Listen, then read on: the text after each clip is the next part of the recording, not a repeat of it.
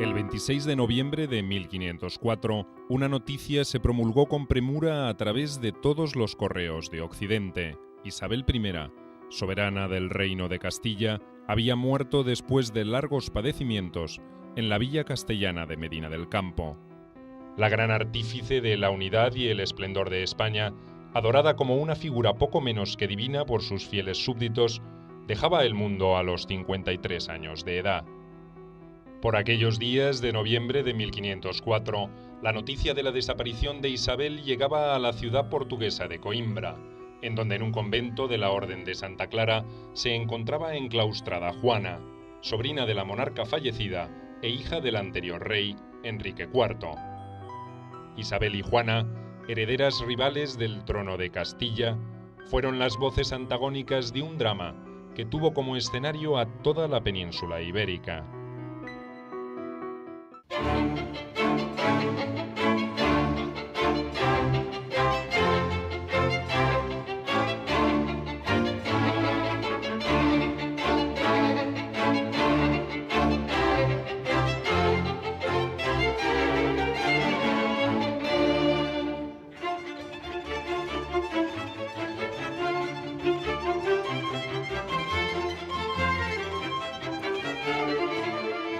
Isabel la Católica, Juana la Beltraneja.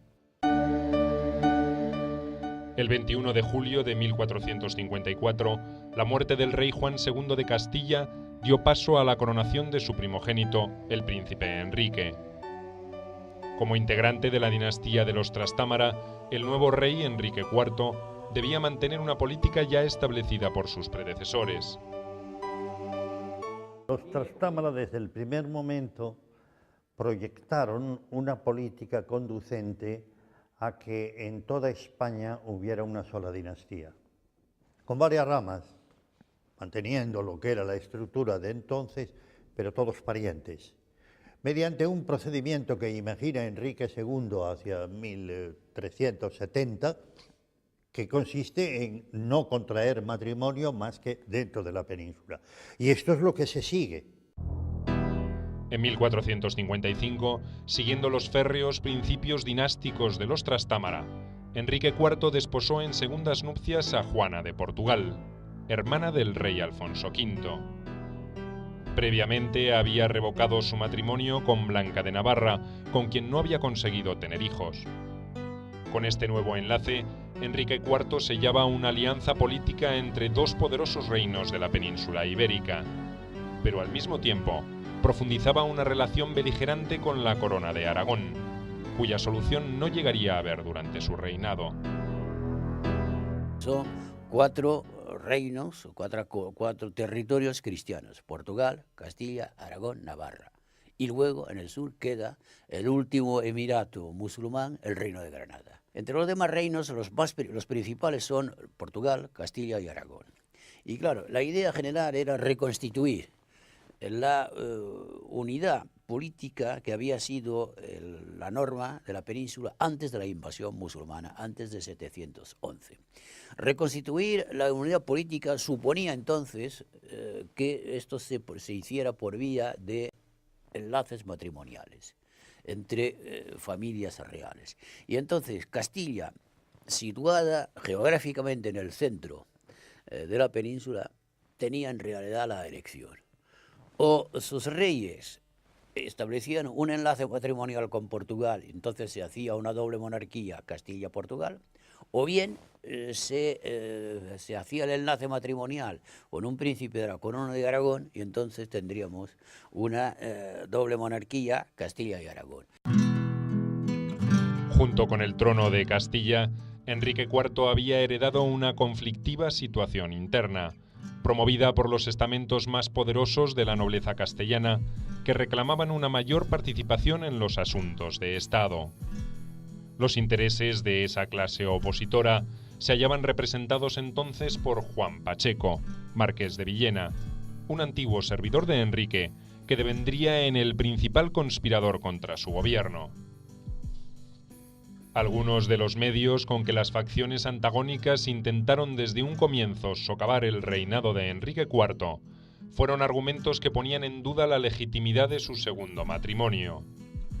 Entre otras cuestiones, estos aludían a una supuesta impotencia sexual padecida por el rey, quien en adelante pasó a ser conocido por sus enemigos como Enrique el Impotente.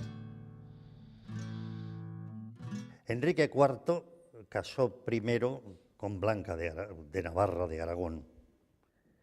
Este matrimonio fue declarado nulo por un juez que no tenía competencia para ello, que era un arcediano, simplemente a quien se le había encargado la administración de la sede vacante de Segovia. Naturalmente, una sentencia de este tipo tiene dos defectos fundamentales que hay que corregir. Primero, tendría que haber sido confirmada por el Papa, no lo fue nunca. Pero la segunda opción es que si la razón de nulidad del matrimonio es la impotencia de Enrique y no la de su mujer, eso quiere decir que no puede ser válido un futuro matrimonio, no está en condiciones de casarse. Este es el gran problema que se plantea.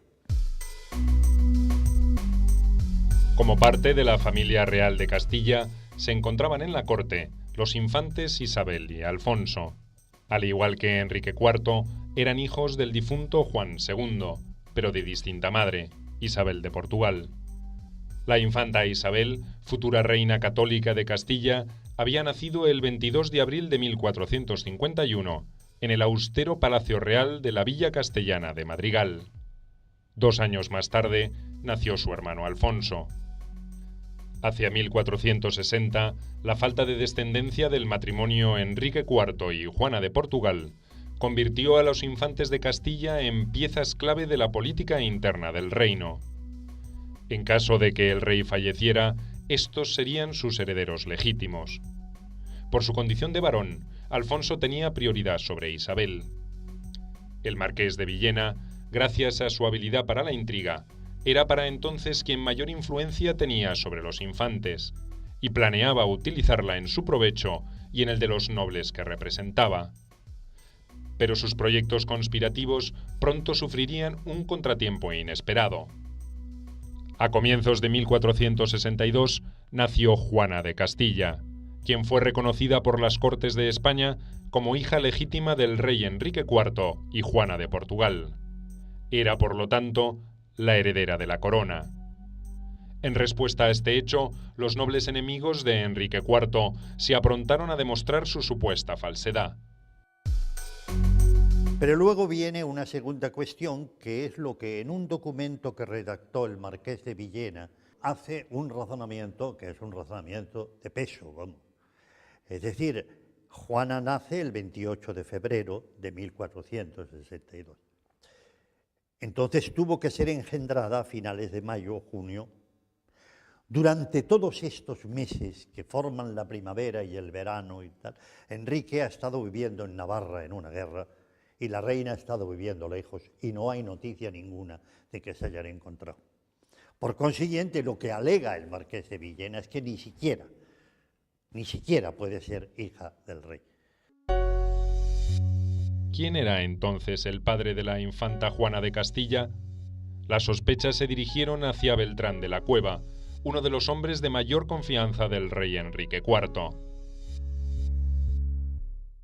Enrique IV tuvo tardíamente una hija, doña Juana, y a consecuencia de problemas interiores, de divisiones, de intentos por parte de los clanes nobiliarios de hacerse con el poder, estos señores lograron obligaron, mejor dicho, al rey a desheredar a su hija, a doña Juana, diciendo que era hija ilegítima y posiblemente hija natural de un privado, un favorito de don Beltrán de la Cueva, de ahí el apellido que se le dio de Juana la Beltraneja. En 1464, la Liga Nobiliaria, encabezada por el marqués de Villena, se enfrentó abiertamente a Enrique IV. Para evitar una inminente guerra civil, el rey se vio obligado a reconocer los derechos al trono de su hermano Alfonso sobre los de su hija. De esta manera, parecía consentir los rumores sobre la ilegitimidad de su paternidad. Cuando Enrique IV nombra heredera a Juana, no pasa nada, pero hay una parte de la nobleza que van en contra. Al cabo de poco tiempo, y el rey entonces se desdice, y entonces ya no la nombra heredera, la quita el título de heredera y se lo da a Alfonso. Pero poco después de reconocer a su hermano Alfonso como heredero, el rey se retractó. Como consecuencia de esto, estalló una sublevación en su contra. A mediados de 1465, las facciones rebeldes llevaron a cabo en la ciudad de Ávila una destitución en efigie del rey Enrique IV, que fue conocida como la farsa de Ávila. En su lugar coronaron al infante Alfonso, al que tenían bajo custodia. Pero este reinado paralelo no duraría. En julio de 1468, Alfonso murió repentinamente. Dentro de la convulsionada escena política castellana, la infanta Isabel llegó entonces para ocupar el lugar protagónico. Ateniéndose a argumentaciones jurídicas sobre la ilegitimidad del matrimonio real, se dispuso a defender su candidatura al trono.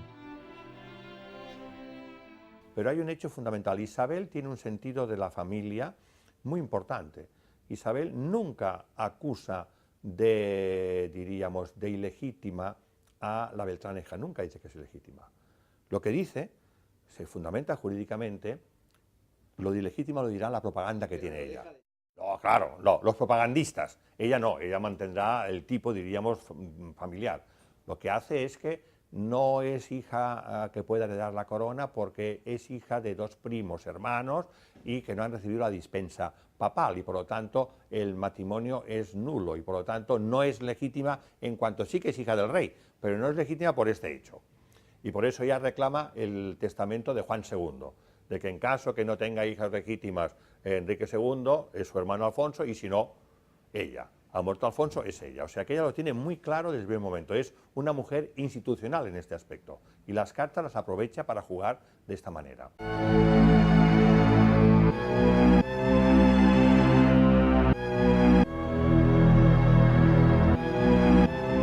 Decidida a hacer valer sus derechos sucesorios sobre los de Juana de Castilla, Isabel procuró que se alinearan tras de sí los nobles enemistados con Enrique IV.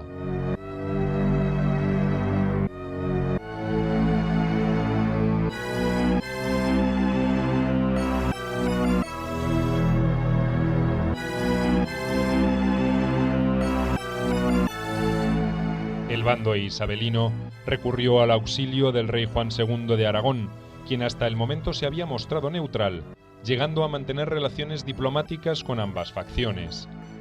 Finalmente, este no dudó en expresar su apoyo a Isabel. Un agravamiento de las relaciones entre dos poderosos reinos de España se avecinaba. En torno a las figuras de Juana y de Isabel, maduraba un cruento conflicto nacido en el seno mismo de la familia real de Castilla. Hay unos que quieren que sea Juana la Beltraneja porque es débil y la quieren dominar. Y los que apoyan a Isabel también la ven joven y débil y la pueden dominar.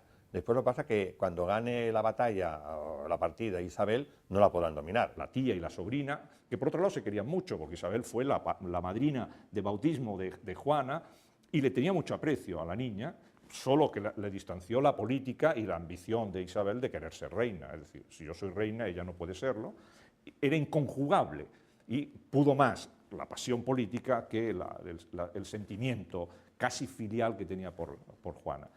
Pues bien, ese enfrentamiento familiar se convierte en un enfrentamiento político, de dos opciones, o la portuguesa o la aragonesa. O sea que es muy interesante porque sucede un problema familiar y también un problema dinástico, un problema de ambiciones familiares y un problema dinástico, dentro de las ramas ya de los Trastámaras.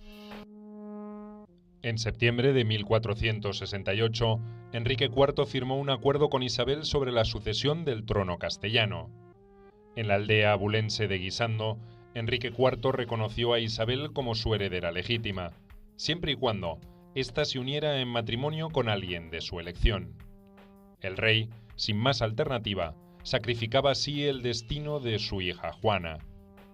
Enrique IV planeaba casar a Isabel con su cuñado el rey Alfonso V de Portugal, y al hijo de este, Juan, con la recién desheredada Juana. De esta manera ella sucedería a Isabel en el trono de Castilla si ésta llegaba a morir sin hijos legítimos.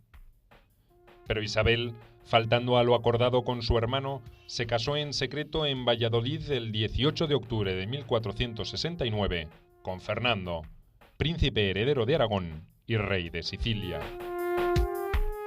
Enrique IV estaba efectivamente totalmente opuesto a que su media hermana se casara, porque esto le destrozaba los planes. Entonces había mucho interés por parte de los dos nobles, de Fernando e Isabel, en que nadie se enterara de que se iban a casar. El secreto era indispensable para evitar que el rey Enrique IV tomara medidas para impedir que se produjera el matrimonio.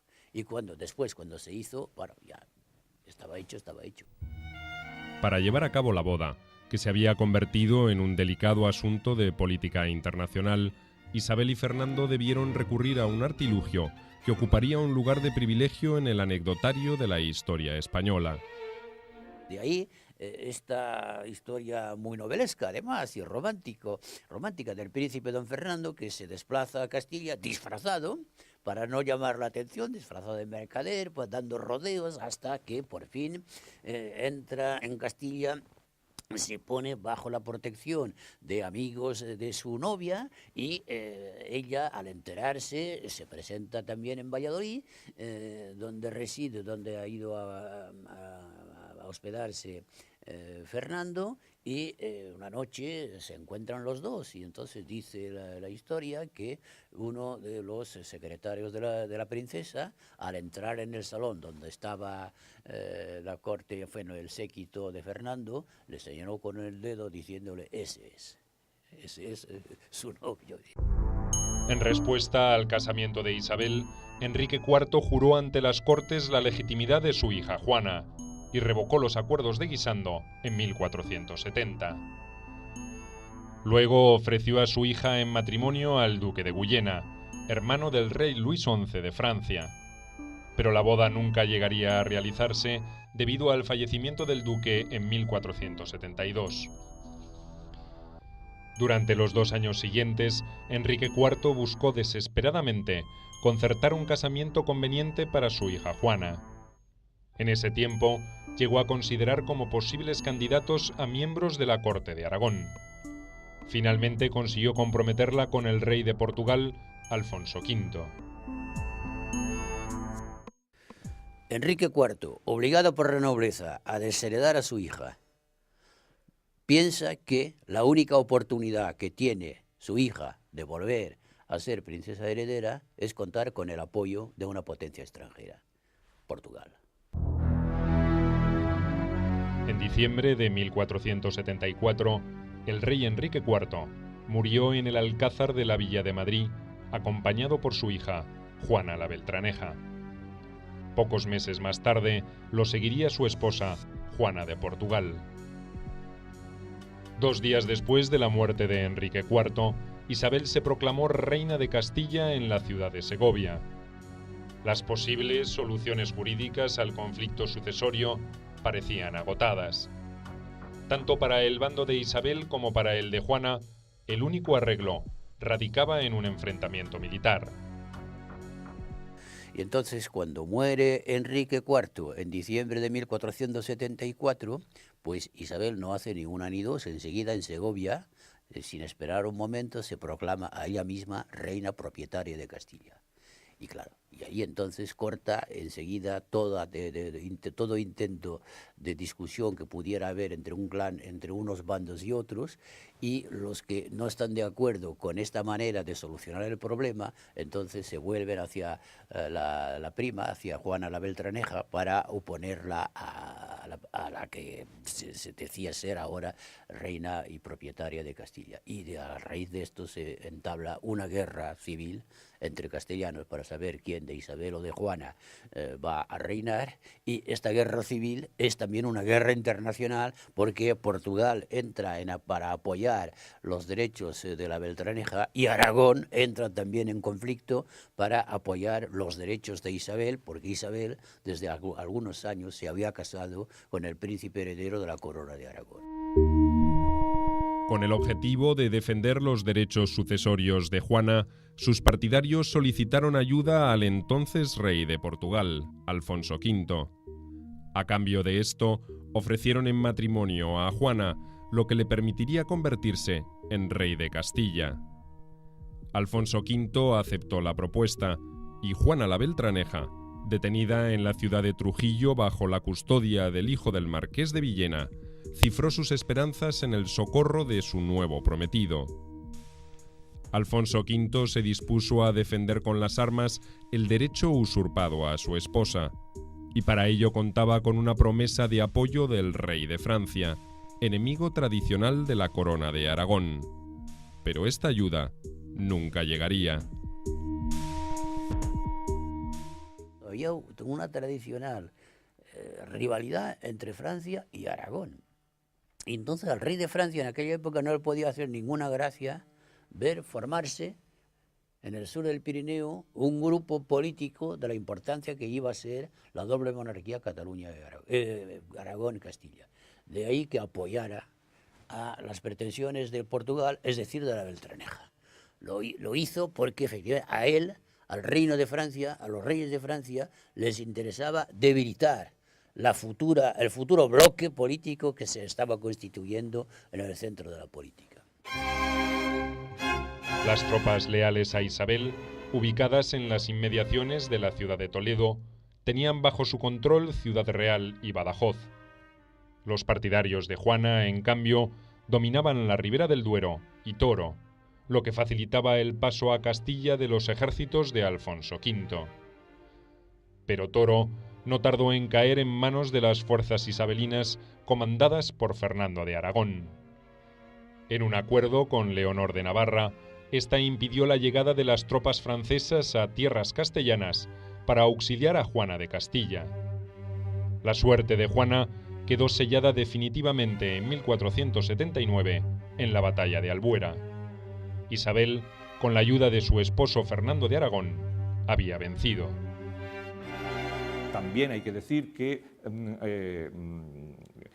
Juana se movió extraordinariamente gracias al apoyo de Alfonso de Portugal, que veía una ocasión extraordinaria de establecer una unión dinástica entre la corona de Castilla y Portugal. Él como rey de ambas coronas y ella como reina, es decir, la otra alternativa. Pero el movimiento de Isabel y el movimiento de Juana, que eran simétricos. La guerra por la sucesión del trono de Castilla llegó a su fin el 4 de septiembre de 1479, con la firma del Tratado de las Tercerías de Moura en Alcasovas. En este acuerdo, Juana la Beltraneja renunciaba definitivamente a sus pretensiones al trono y reconocía a su tía Isabel como heredera legítima de la corona de Castilla. A modo de indemnización, recibía la suma de 100.000 ducados. Después de que el rey Alfonso V hiciera anular el matrimonio, Juana ingresó en Portugal a la Orden Religiosa de Santa Clara.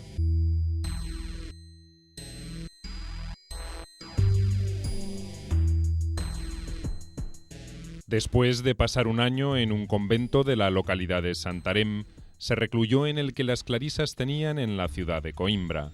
Atrás quedaba para siempre su pasado de princesa heredera del reino de Castilla.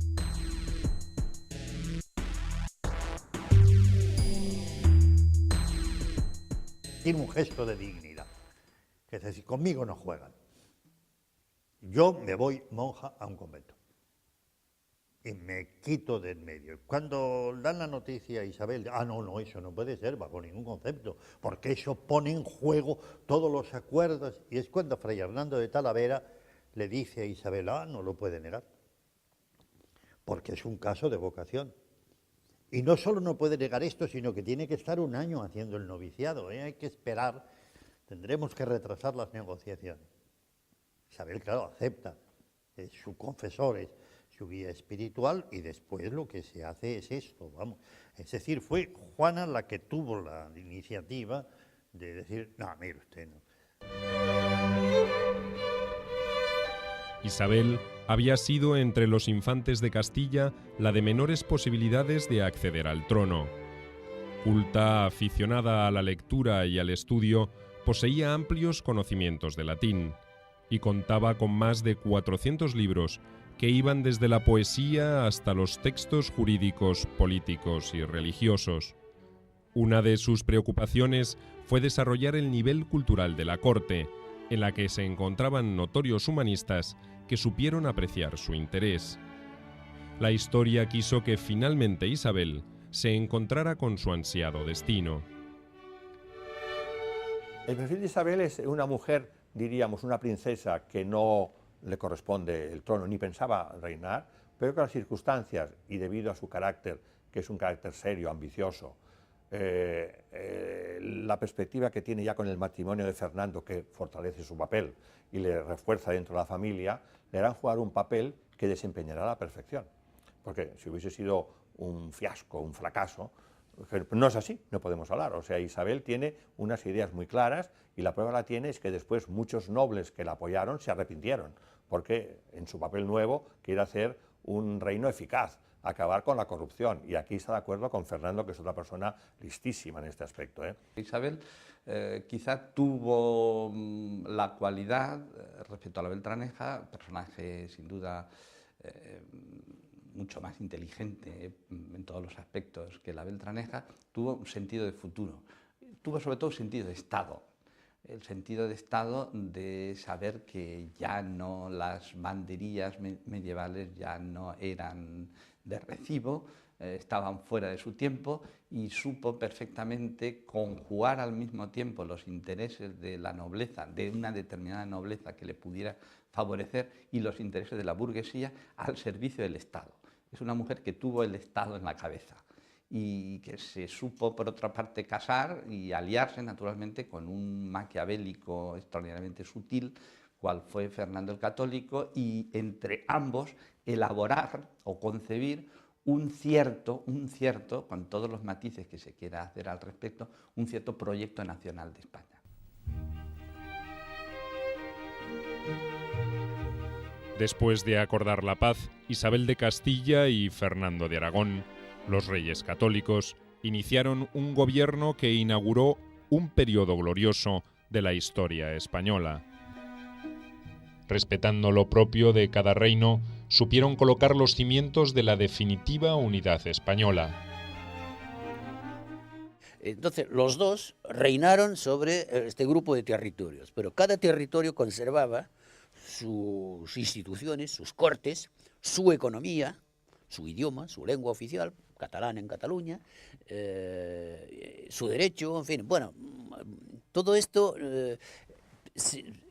esto no significa que los dos grupos de territorio fueran una especie de confederación. No, había mucho más, había una implicación. No cabe duda de que en aquella época el sentimiento de formar parte de una misma comunidad era muy fuerte en toda la península. Lo que definitivamente unificó a ambos reinos fue la religión católica. Una vez finalizada la Guerra Civil Castellana, se reanudó la conquista del Reino Nazarita de Granada.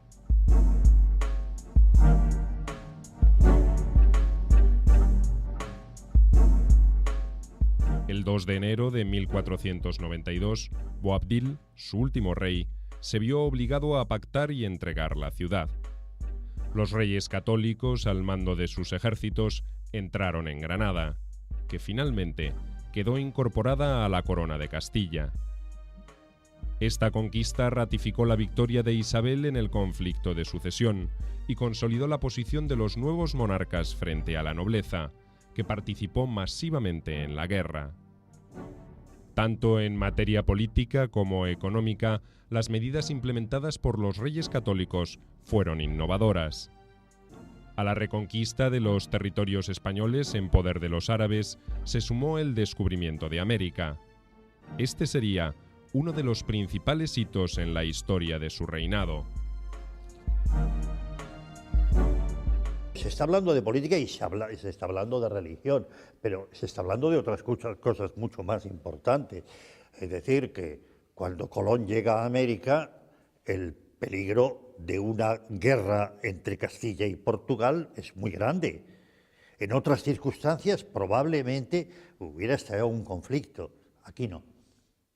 la intervención, los dos recurren al Papa, y la intervención del Papa es a este respecto muy decisiva, ¿no? Hay que negociar, hay que ponerse de acuerdo, hay que fijar los límites en que se va a mover cada uno.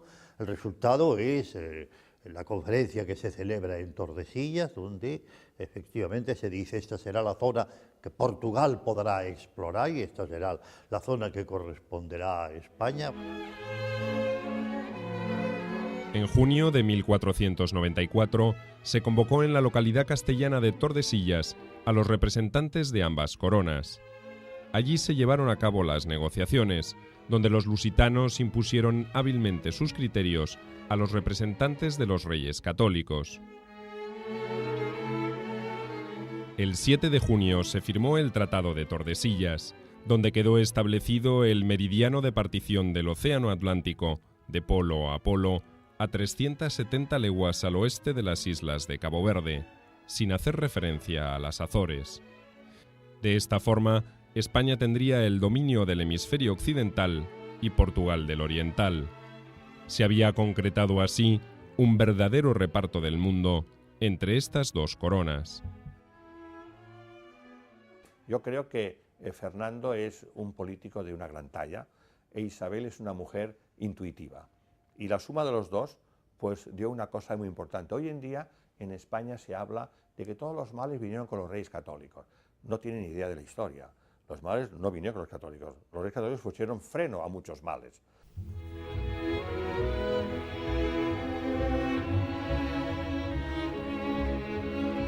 A pesar de los numerosos asuntos de Estado que demandaban su atención, Isabel nunca dejó de seguir los movimientos de su sobrina Juana en Portugal.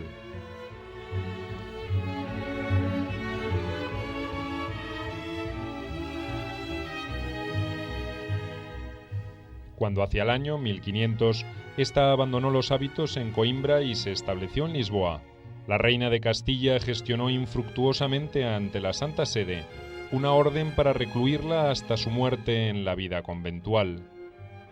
¿Temía Isabel un posible retorno de su antigua rival? Han demostrado, o querían demostrar, la impotencia de Enrique IV, con lo cual, naturalmente, justificaba que la hija no era hija suya.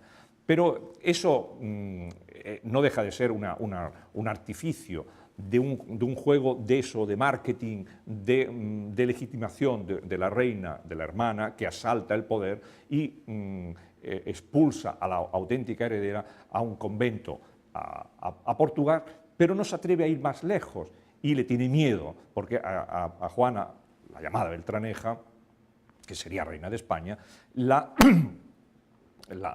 llaman la señora en Portugal, ¿no? Y siempre la utilizan un poco ante la posibilidad de decir como la figura legitimista que podría retornar. Pero de ser ciertos, los temores de la reina Isabel permanecieron sin confirmación. Juana la Beltraneja nunca manifestó intenciones de volver sobre su pasado. La Beltraneja, la verdad es que la conocemos menos por motivos evidentes, ¿no? Porque desapareció del escenario político de una manera muy temprana y no se puede saber hasta qué punto hubiera podido influir de una manera u otra en el destino político de la península. Por lo poco que sabemos es que después de su salida de la escena, después de que se la encerraron en Portugal, ella, por lo visto, siempre se comportó como hija del rey. Esto es todo lo que se puede decir. Se comportó como hija del rey, nunca renunció a su situación de princesa, o mejor dicho, de infanta de Castilla, pero nunca tampoco procuró intervenir aprovecharse de las circunstancias de 1504 cuando muere Isabel, o en 1516 cuando muere Fernando, o cuando en el momento de las comunidades de 1520, en ningún momento de crisis intentó la Beltraneja volver a influir en la política del reino castellano. Isabel la Católica reinó hasta su muerte, acaecida en Medina del Campo el 26 de noviembre de 1504. el cuerpo de la reina fue trasladado a la ciudad de Granada, donde sería inhumado, según había expresado entre sus últimas voluntades. Al poco tiempo, Juana la Beltraneja, quien llevaba una vida anodina en Lisboa con el título de excelente señora, recibió una curiosa propuesta matrimonial.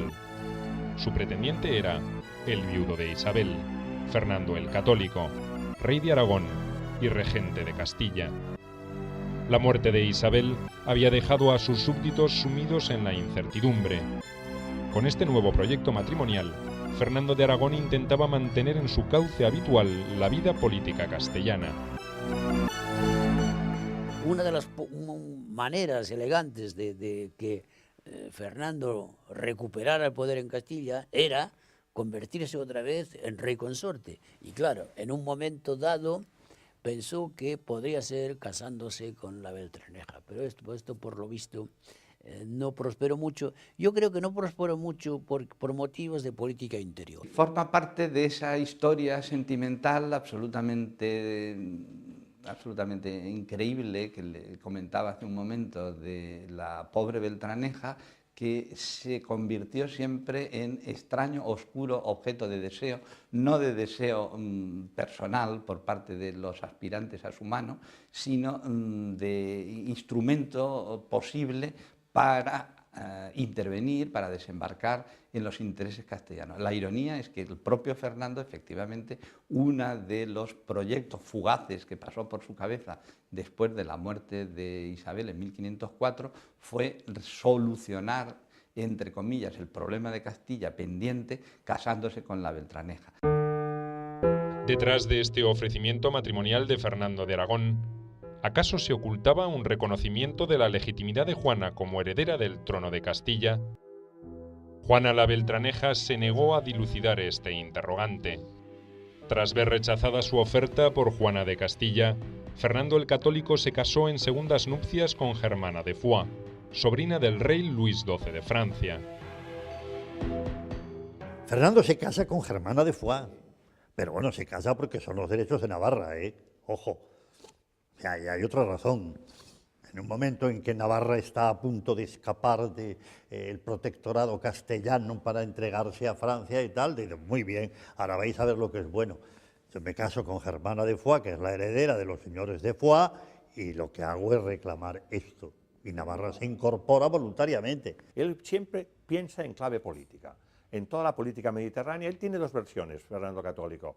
La versión, diríamos, de la clave mediterránea, los intereses patrimoniales de los astámaras aragoneses, y la versión, diríamos, de los astámaras castellanos. Y entonces, por eso, los matrimonios que tiene en mente, y al final vence la realidad de que era más joven, que era un factor, diríamos, real, frente al otro que tenía que sacarla, diríamos, casi de la ultratumba, para que nadie nos acordaba, en cierta manera, de la figura. Alejada definitivamente de la política castellana, Juana la Beltraneja permaneció en Portugal hasta su muerte, acaecida el 28 de julio de 1530 en la ciudad de Lisboa, cuando contaba 68 años de edad. La Beltraneja fue víctima de intereses muy contrapuestos a ella misma,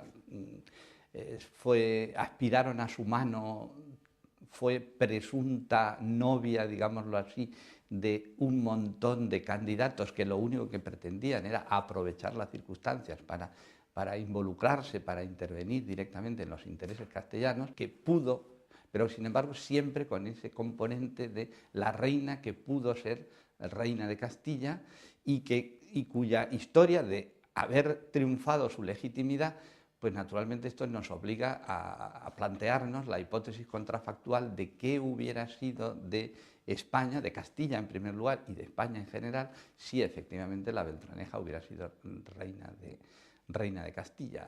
Toda la historia de la unión territorial que promueve el matrimonio de los reyes católicos, por supuesto, no hubiera existido.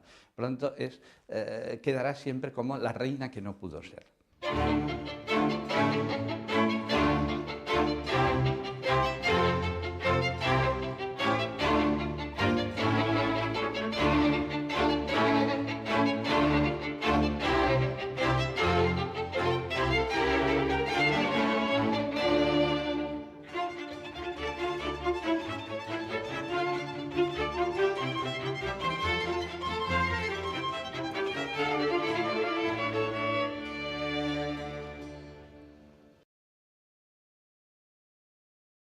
Reconstituir la unidad política suponía entonces que esto se hiciera por vía de enlaces matrimoniales entre familias reales. Y entonces Castilla, situada geográficamente en el centro de la península, tenía en realidad la elección. O sus reyes establecían un enlace matrimonial con Portugal, entonces se hacía una doble monarquía Castilla-Portugal, o bien se hacía el enlace matrimonial con un príncipe de la corona de Aragón y entonces tendríamos una doble monarquía Castilla y Aragón. Junto con el trono de Castilla, Enrique IV había heredado una conflictiva situación interna, promovida por los estamentos más poderosos de la nobleza castellana, que reclamaban una mayor participación en los asuntos de Estado.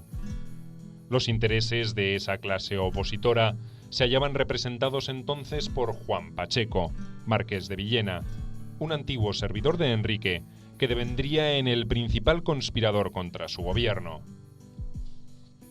Algunos de los medios con que las facciones antagónicas intentaron desde un comienzo socavar el reinado de Enrique IV fueron argumentos que ponían en duda la legitimidad de su segundo matrimonio. Entre otras cuestiones, estos aludían a una supuesta impotencia sexual padecida por el rey, quien en adelante pasó a ser conocido por sus enemigos como Enrique el Impotente.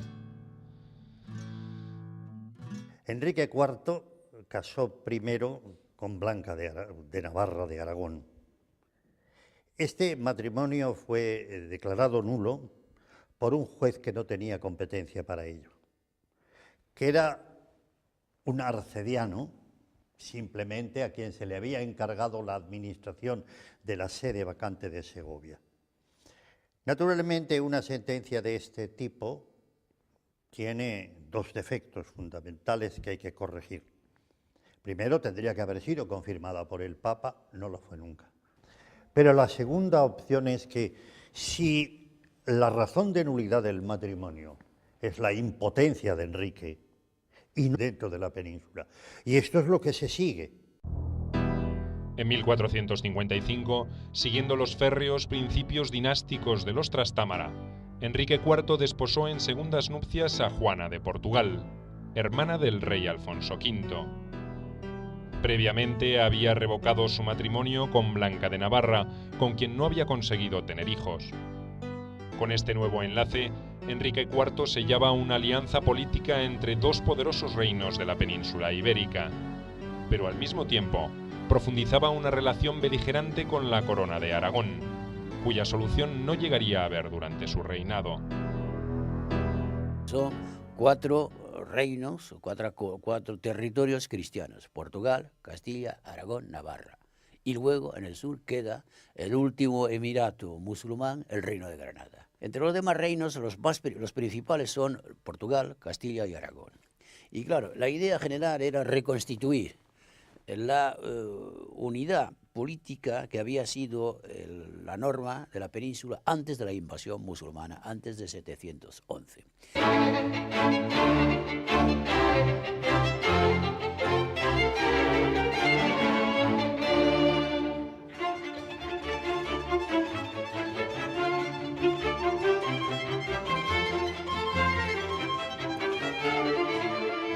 Isabel la Católica, Juana la Beltraneja.